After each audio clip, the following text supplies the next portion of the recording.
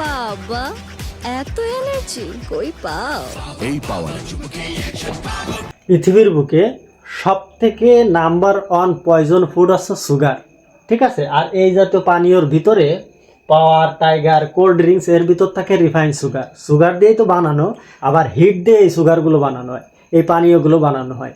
এই জন্য যারা যুবকরা এনার্জির জন্য এগুলো খাবে তাদের সেক্সুয়াল সমস্যা দেখা দেবে, তাদের ইরেকটিক্যাল ডিসফাংশন দেখা দেবে, কারণ এর ভিতর টোটালি রিফাইন্ড সুগার।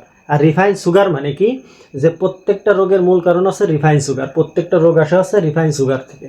তা এনার্জি তো আসবেই না, হ্যাঁ, আরও আপনার বিভিন্ন রকমের সমস্যা দেখা দেবে এই জাতীয় পানি যদি আপনি পান করেন। বিশেষ করে যুবকরা খায়, তাদেরকে এই পথ থেকে বেরিয়ে আসতে হবে, কারণ তাদের ভবিষ্যৎ সংসার ধর্ম নিয়ে ভাবতে হবে।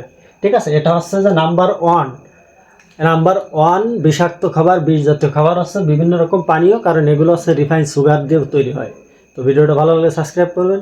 সাবস্ক্রাইব করলে কি হয়, ভিডিও বানাতে উৎসাহ দেবে।